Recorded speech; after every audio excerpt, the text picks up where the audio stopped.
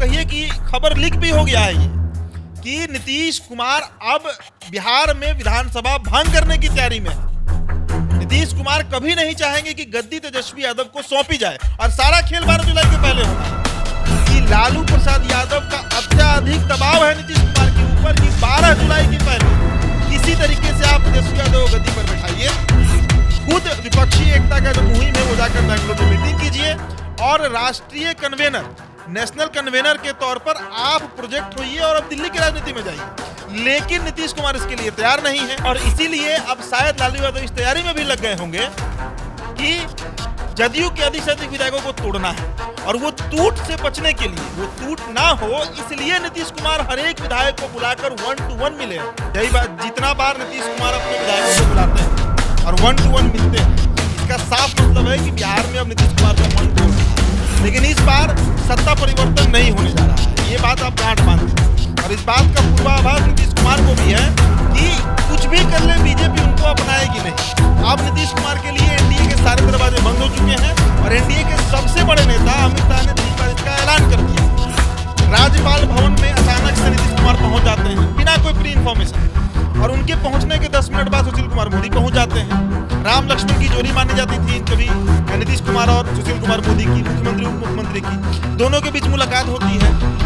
राज्यपाल भी रहते हैं वहां पर और उसके अगले दिन राज्यपाल फिर दिल्ली निकल जाते हैं, अभी तक दिल्ली में है। इसके अलावा शुक्रवार को नीतीश कुमार अपने सभी विधायकों से मिलते हैं। कल शनिवार के दिन जितने भी राज्यसभा सदस्य और जितने एमएलसी हैं, पार्षद हैं, उनसे मिलते हैं और आज सुबह से यानी रविवार के दिन 2 जुलाई की तारीख है, अभी का अपडेट दे रहे हैं कि नीतीश कुमार जो है वो सभी लोकसभा के जो उनके 16 सांसद हैं उनसे मुलाकात कर रहे हैं। कि तेजस्वी यादव बिहार में नहीं है, उससे भी बड़ी खबर कि कल देर रात लालू प्रसाद यादव ने नीतीश कुमार को बुलाया अपने घर। दोस्तों, बिहार की राजनीति में उथल पुथल मचा हुआ है, भागदौड़ मची हुई है। ऐसा हम इसलिए कह रहे हैं कि नीतीश कुमार अपने सांसद, विधायक और राज्यसभा के सदस्यों को पटना बुला लिए हैं। पटना अपने आवास पर मिल रहे हैं और साथ ही साथ इसको लेकर जो है तमाम तरह की बातें सामने आ रही हैं। लगातार यह कयास लगाए जा रहे हैं कि अब बिहार की राजनीति में बड़ा उलटफेर हो सकता है, सत्ता तक परिवर्तन हो सकता है। मेरे साथ मेरे सहयोगी उदित आर्यन मौजूद हैं। नीतीश कुमार लगातार अपने विधायकों से मिल रहे हैं और वो भी अकेले सिंगल मिल रहे हैं, सांसदों से मिल रहे हैं। क्या मायने हैं, विधायक से आखिर नीतीश कुमार मिल क्यों रहे हैं? और ये पहली बार नहीं है, इससे पहले भी जब नीतीश कुमार विधायक से मिले हैं तब तक बिहार की सत्ता में कुछ ना कुछ परिवर्तन हुआ है। क्या है इसके मायने? कुछ परिवर्तन नहीं, पूरा सत्ता ही पलट चुका है। यही बात, जितना बार नीतीश कुमार अपने विधायकों को बुलाते हैं और 1-to-1 मिलते हैं, इसका साफ मतलब है कि बिहार में अब नीतीश कुमार का मन डोल रहा है। लेकिन इस बार सत्ता परिवर्तन नहीं होने जा रहा है, ये बात आप गांठ बांध लीजिए। और इस बात का पूर्वाभास नीतीश कुमार को भी है कि कुछ भी कर ले बीजेपी उनको अपनाएगी नहीं। अब नीतीश कुमार के लिए एनडीए के सारे दरवाजे बंद हो चुके हैं और एनडीए के सबसे बड़े नेता अमित शाह ने 3 बार इसका ऐलान कर दिया है। तो इस बार अब नीतीश कुमार के पास कोई मतलब ऑफिशियल रास्ता है नहीं कि इधर से उधर हो जाए या उधर से इधर आ जाए। अब स्थितियां ऐसी हैं कि आप समझिए, अब बीते 1 सप्ताह के बिहार के राजनीतिक परिदृश्य को देखिए। राज्यपाल भवन में अचानक से नीतीश कुमार पहुंच जाते हैं बिना कोई प्री इन्फॉर्मेशन के और उनके पहुंचने के 10 मिनट बाद सुशील कुमार मोदी पहुंच जाते हैं। राम लक्ष्मण की जोड़ी मानी जाती थी कभी नीतीश कुमार और सुशील कुमार मोदी की, मुख्यमंत्री उप मुख्यमंत्री की, दोनों के बीच मुलाकात होती है। राज्यपाल भी रहते हैं वहां पर और उसके अगले दिन राज्यपाल फिर दिल्ली निकल जाते हैं, अभी तक दिल्ली में है। इसके अलावा शुक्रवार को नीतीश कुमार अपने सभी विधायकों से मिलते हैं। कल शनिवार के दिन जितने भी राज्यसभा सदस्य और जितने एमएलसी हैं, पार्षद हैं, उनसे मिलते हैं और आज सुबह से यानी रविवार के दिन 2 जुलाई की तारीख है, अभी का अपडेट दे रहे हैं कि नीतीश कुमार जो है वो सभी लोकसभा के जो उनके 16 सांसद हैं उनसे मुलाकात कर रहे हैं आखिरकार। और उसे भी बड़ी खबर कि तेजस्वी यादव बिहार में नहीं है, उससे भी बड़ी खबर कि कल देर रात लालू प्रसाद यादव ने नीतीश कुमार को बुलाया अपने घर। अब देखिए, बिहार की राजनीतिक गलियारों में ये चर्चे बड़े जोर से है कि लालू प्रसाद यादव का अत्याधिक दबाव है नीतीश कुमार के ऊपर कि 12 जुलाई के पहले किसी तरीके से आप तेजस्वी यादव को गद्दी पर बैठाइए। खुद विपक्षी एकता का जो मुहिम है वो जाकर बेंगलुरु में मीटिंग कीजिए और राष्ट्रीय कन्वेनर, नेशनल कन्वेनर के तौर पर आप प्रोजेक्ट होइए और अब दिल्ली की राजनीति में जाइए। लेकिन नीतीश कुमार इसके लिए तैयार नहीं है। नीतीश कुमार को पता है कि अगर वो नेशनल कन्वेनर बन भी गए तो कभी पीएम प्रत्याशी नहीं बनेंगे। खुद लालू यादव ने इसका ऐलान बिहार में कर दिया कि दूल्हा जो है वो राहुल गांधी बनेंगे। तो अब चारों तरफ से घिरे हुए नीतीश के पास क्या ऑप्शन बचता है? इस पर जितने पॉलिटिकल पंडित हैं, या आप कहिए कि खबर लीक भी हो गया है ये, कि नीतीश कुमार अब बिहार में विधानसभा भंग करने की तैयारी में है। नीतीश कुमार कभी नहीं चाहेंगे कि गद्दी तेजस्वी यादव को सौंपी जाए, और सारा खेल 12 जुलाई के पहले होना है। 12 जुलाई के पहले ही सारा खेल बिहार में होना है। इसीलिए आपको याद होगा कि नीतीश कुमार का कोई भी बात हल्के में नहीं लेना होता है। कोई भी बात वो बहुत सोच समझ के बोलते हैं। कुछ दिन पहले उनका बयान आया था कि लोकसभा चुनाव पहले हो सकता है, जितना काम है उसको जल्दी से जल्दी आप निपटा लीजिए। वो निर्देश नहीं दे रहे थे, वो सांकेतिक मैसेज दे रहे थे, सिंबॉलिक मैसेज दे रहे थे। अब स्थितियां ऐसी हो गई हैं कि नीतीश कुमार इस तैयारी में है कि लोकसभा चुनाव से पहले बिहार में विधानसभा चुनाव हो जाए। क्योंकि अगर सारे विधायक लेकर अपने और सारे सांसदों को लेकर नीतीश कुमार अलग होते हैं, इस्तीफा दे देते हैं, विधानसभा भंग कर देते हैं, उसके बाद स्थिति क्या हो जाएगी? हंग असेंबली हो जाएगा। किसी के पास पूर्ण बहुमत नहीं है, ना बीजेपी, ना आरजेडी, ना जेडीयू। तो ऐसी स्थिति में क्या होगा? बिहार में फिर चुनाव की स्थितियां आ जाएंगी, चुनाव होगा। लेकिन अब सबसे बड़ा पेच यहीं फंसा हुआ है कि राज्यपाल जो है वो गए हुए हैं वहां पर, दिल्ली में है। इसलिए नीतीश कुमार अब आप कह सकते हैं ना, पूरी तरीके से नीतीश कुमार जो है वो घिर गए हैं। नीतीश कुमार के पास एस्केप रूट कुछ बचा नहीं है। लेकिन वो नीतीश कुमार है, वो नीतीश कुमार है, इस बात को भी नहीं भूलना है। वो अपने लिए हमेशा सेफ साइड लेकर ही चलेंगे। तो अब सबसे बड़ी बेचैनी इस वक्त अगर किसी पार्टी में होगी तो वो पार्टी राष्ट्रीय जनता दल होगी। लालू प्रसाद यादव होंगे और तेजस्वी यादव तो खैर पटना में है नहीं। और सबसे बड़ा आप इसे कह सकते हैं बैड लक या दुर्भाग्य कहिए, नीतीश कुमार के लिए होगा। जो कहा जा रहा है, जो आंकलन लगाया जा रहा है कि लालू यादव पटना में है, लालू यादव स्वस्थ है, लालू यादव पॉलिटिकली एक्टिव है, इसलिए नीतीश कुमार का चाल जो है वो कमजोर पड़ा। और आपको क्या लग रहा होगा? ये चर्चा जब हम बैठकर स्टूडियो में कर रहे हैं, कई चैनल इस पर खबर चला रहे हैं, न भारत टाइम्स ने तो बजाते खोल कर लिखा है सब बात, जितने बड़े मीडिया चैनल हैं लगभग सभी इस पर लिख रहे हैं। तो क्या इस बात को लालू यादव को पता नहीं होगा? खूब अच्छे से पता होगा। और इसीलिए अब शायद लालू यादव इस तैयारी में भी लग गए होंगे कि जदयू के अधिक से अधिक विधायकों को तोड़ना है।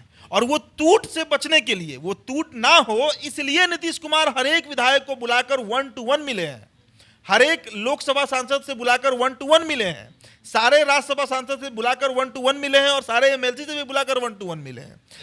यही डर है नीतीश कुमार को, कहीं टूट मत हो जाए पार्टी में और जदयू की तरफ भाग मत जाए लोग, जदयू की तरफ माफ कीजिएगा आरजेडी की तरफ मूव ना कर जाए जेडीयू के विधायक। जेडीयू की प्रतिक्रिया आ रही है कि नीतीश कुमार जो है अपने विधायकों से उनके क्षेत्रों की समीक्षा कर रहे हैं, तो ये खबर आ रही है, तो इस पर क्या कहना है? तो और क्या खबर आएगा? और ये थोड़े को जदयू का नेता बताएगा कि नीतीश कुमार जो है उनका मन फिर डोल रहा है। अब याद कीजिए 9 अगस्त के पहले 8 अगस्त तक बिहार में कोई नेता कुछ बोल रहा था क्या? 9 अगस्त के दोपहर के 2 बजे हम लोग राजभवन पर मौजूद थे।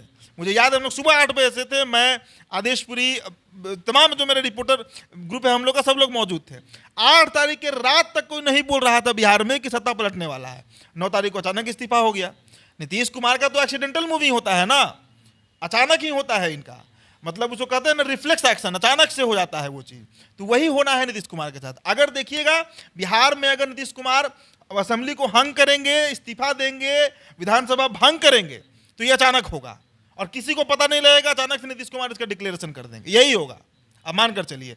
और देखिए जदयू के पास अब खबरें तो आ रही हैं कि नीतीश कुमार विधायकों से पूछ रहे हैं कि आपके क्षेत्र की जनता कितना राजद को एक्सेप्ट कर पाई है, जो हमारे वोटर हैं, कितना विकास कार्य हुआ है, क्या क्या समस्या है। लेकिन आपको लगता है क्या कि इस बात नीतीश कुमार अपने विधायकों से करेंगे? आप कभी सुने हैं कि नीतीश कुमार कोई विधायक अगर सीएम हाउस में कभी उनसे मिल ही नहीं सकता है। नीतीश कुमार को इसमें इंटरेस्ट ही नहीं, वो इस तरह के नेता भी नहीं है, जो फीडबैक लेने वाले नेता नहीं है। वो सेल्फ डिसीजन लेने वाले नेता है, उनको किसी के राय परामर्श का जरूरत नहीं होता है। हालांकि काम करने के बाद वो किसी ना किसी पर फेंक देते जरूर है, कभी विजय चौधरी पर, कभी संजय झा पर, कभी ललन सिंह पर, लेकिन फैसला नीतीश कुमार का होता है।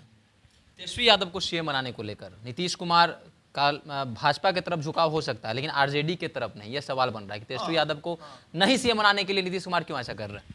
देखिए बीजेपी कभी भी एक बात जान लीजिए, बीजेपी अगर नीतीश कुमार से बदला लेगी भी तो उस स्तर पर जाकर नहीं लेगी जितना आरजेडी ले सकती है। क्योंकि आरजेडी के पूरे राजनीतिक कैरियर को खत्म करने वाले, उस पार्टी को पूरी तरह नेस्तनाबूद करने वाला व्यक्ति नीतीश कुमार है, बीजेपी नहीं है। याद रखिएगा। पानी पी पी कर 15 साल बनाम 15 साल का नारा 2020 के विधानसभा चुनाव में भी नीतीश कुमार ही दे रहे थे। 2020 में अगर तेजस्वी यादव नहीं बन पाए मुख्यमंत्री तो कारण नीतीश कुमार रहे, चाहे जो कारण रहा हो। तो ऐसी स्थिति में आज भी अगर कोई बिहार में पूछे कि बड़ा दुश्मनी किसमें है, जेडीयू आरजेडी में है कि जेडीयू बीजेपी में है, तो सभी लोग कहेगा कि जेडीयू और राजद में ज्यादा बड़ा दुश्मनी रहा है। दोनों क्षेत्रीय दल हैं। लालू और नीतीश जो हैं एक ही कॉलेज से पढ़े हुए हैं, साथ में उनकी राजनीति हुई है, एक आंदोलन से दोनों नेता बने हैं, साथ में राजनीतिक करियर उन्होंने तय किया है। ज्यादा बड़ा दुश्मनी तो वहां पे होगा, बीजेपी से थोड़ी उस तरह की दुश्मनी हो सकती है। यही डर है नीतीश कुमार को कि अब कहां जाएं।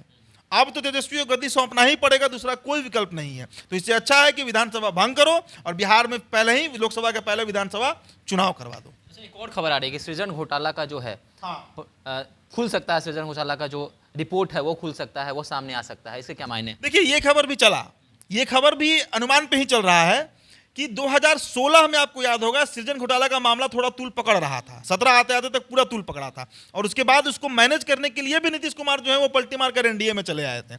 अभी भी खबर चल रहा है कि फिर से हो सकता है कि सृजन घोटाला का फाइल खुले, और यह भी एक कारण हो सकता है कि जाकर सुशील कुमार मोदी से नीतीश कुमार मिले होंगे, क्योंकि सुशील कुमार मोदी उप मुख्यमंत्री थे जब ये मुख्यमंत्री थे नीतीश कुमार, और हजारों करोड़ का ये घोटाला था।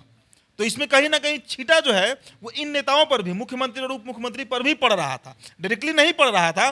तो वो फाइल भी हो सकता है कि खुल रहा हो। खबरें तो आई हैं, सारा नेशनल मीडिया इसको चलाया है, तो इसलिए ये खबर भी है कि सृजन घोटाला का फाइल भी हो सकता है खुले, और इस बात का डर भी नीतीश कुमार को होगा।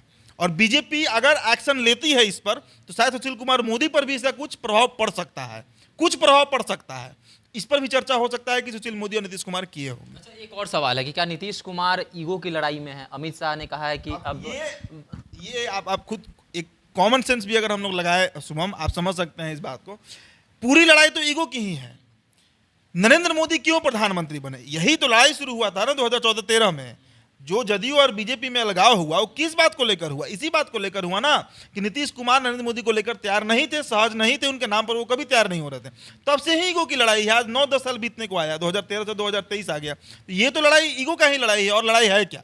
नीतीश कुमार को भी पता है कि वो एक क्षेत्रीय दल के नेता हैं जो बिहार में दूसरे या तीसरे नंबर की पार्टी है, और उनके पास ना राज्यसभा में, ना लोकसभा में, ना विधानसभा में, ना विधान परिषद में इतने सदस्य हैं कि कभी वो पीएम कैंडिडेट बन सकते हैं। बीजेपी के कई राज्यों में सरकार है, और 2013 में भी इसके 5-6 राज्य में सरकार थे। तो बीजेपी से तुलना ही जदयू का गलत है। किसी भी स्तर पर देखिए, वोट के स्तर पर, वोट शेयर के स्तर पर, मेंबरशिप के स्तर पर, मेंबर ऑफ लेजिस्लेटिव असेंबली के स्तर पर, मेंबर ऑफ लोकसभा के स्तर पर, मेंबर ऑफ राज्यसभा के स्तर पर, किसी भी स्तर पर आप देखिए तो बीजेपी से कोई तुलना ही नहीं है। लेकिन लड़ाई ईगो की है, और राजनीति में तो लड़ाई ईगो की ही चलती है। तो मान लिया जाए कि बिहार में कभी भी तख्ता अलट पलट हो सकता 12 है। जुलाई के पहले बिहार में कुछ बड़ा परिवर्तन देखने को मिल सकता है। हम ये नहीं कह रहे हैं कि सीएम कोई और बन जाएगा। कौन सीएम बनेगा, गद्दी पलट सकता है, तख्ता पलट सकता है, या ये भी हो सकता है कि बिहार असेंबली की तरफ एक बार फिर से मूव कर जाए, हांग असेंबली हो जाए बिहार में, विधानसभा भंग हो जाएगा। चलिए, तो बड़ी खबर है कि 12 अगस्त से पहले जो है बिहार में कुछ बड़ा उलटफेर देखने को मिल सकता है, और इसका जो है अनुमान अभी से लगाया जा रहा है। राजनीतिक गलियारों में जो है इस चीज़ की चर्चाएं चल रही हैं कि आखिर नीतीश कुमार जो है राज्यपाल से मिल रहे हैं, विधायकों से मिल रहे हैं, सांसदों से मिल रहे हैं, और तमाम ऐसे नेताओं से मिल रहे हैं, उनके मन को परखने की कोशिश कर रहे हैं कि अगर बिहार में कुछ हम नया करते हैं तो इसका जो है आगे चलकर इसका क्या जो है परिणाम हो सकता है। तो इसके विषय में आपके क्या विचार हैं, आप भी हमारे कमेंट सेक्शन में बता सकते हैं। देखते रहें द बिहार टॉप। धन्यवाद।